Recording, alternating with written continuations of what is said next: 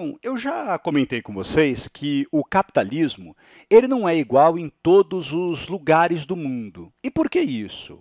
Porque existem formações sociais diferentes dentro, digamos assim, de um mesmo modo de produção. Digamos então que essas formações sociais, elas vão dando uma cara um pouco mais específica para o funcionamento de uma determinada sociedade. Para vocês entenderem isso, eu coloquei aqui duas imagens, não sei se você as conhece.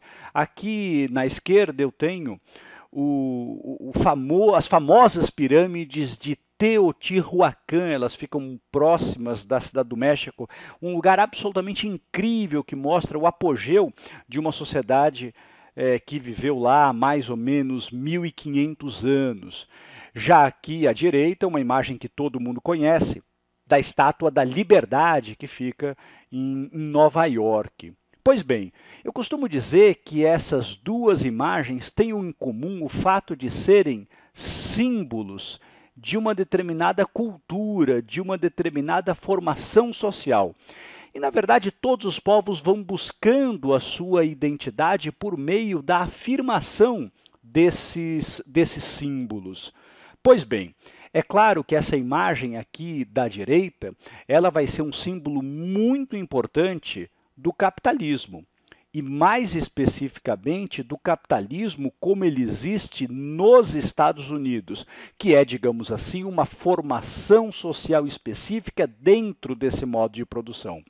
Mas essa outra imagem está muito distante do mundo capitalista, ela é muito anterior ao mundo capitalista, o que mostra que, na verdade, essa busca pela sobrevivência, ela sempre se deu na história humana, e ela ocorreu muito antes do capitalismo, sinal de que esses modos de produção e essas formações sociais são fenômenos históricos que estão em constante evolução. Para você entender isso, a gente pode discutir um pouquinho, então, a questão da divisão do trabalho. E a divisão do trabalho, que é outro ponto fundamental do pensamento sociológico, ela pode se dividir em 4 estágios, digamos assim. A primeira etapa da divisão do trabalho, que normalmente se dava dentro da própria família, era a divisão sexual do trabalho, entre aqueles povos que atribuíam determinados papéis ao homem e determinados papéis às mulheres. Na nossa cultura, durante muito tempo, a mulher ela tinha muito mais trabalhos domésticos ligados ao lar, enquanto o homem é que saía para pescar, para caçar, era o provedor. Hoje a gente sabe que esses papéis já se alteraram. Depois a gente podia falar em grupos um pouquinho maiores, numa divisão que já seria uma divisão social e que poderia inclusive envolver habilidades das pessoas que serviriam mais para uma ou para outra tarefa. Já no mundo do século XVIII, do século XIX, a gente começa a falar de uma especialização ligada ao mundo da indústria, que é uma especialização técnica.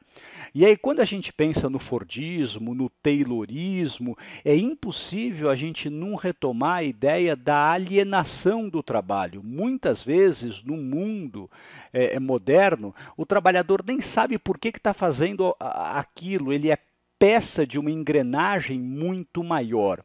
E mais modernamente a gente pode falar numa divisão mundial do trabalho, que vem da globalização, em que determinados países passam a ter um determinado tipo de trabalho e outros países têm outro tipo de trabalho. Então existem países com um grau de industrialização muito maior, existem países que são fornecedores de matéria-prima. E a globalização gerou então essa divisão num sentido mais amplo, não mais entre pessoas, mas uma divisão que envolvesse um mundo globalizado. Bom, temos um exercício para fazer a respeito do tema. Vamos lá?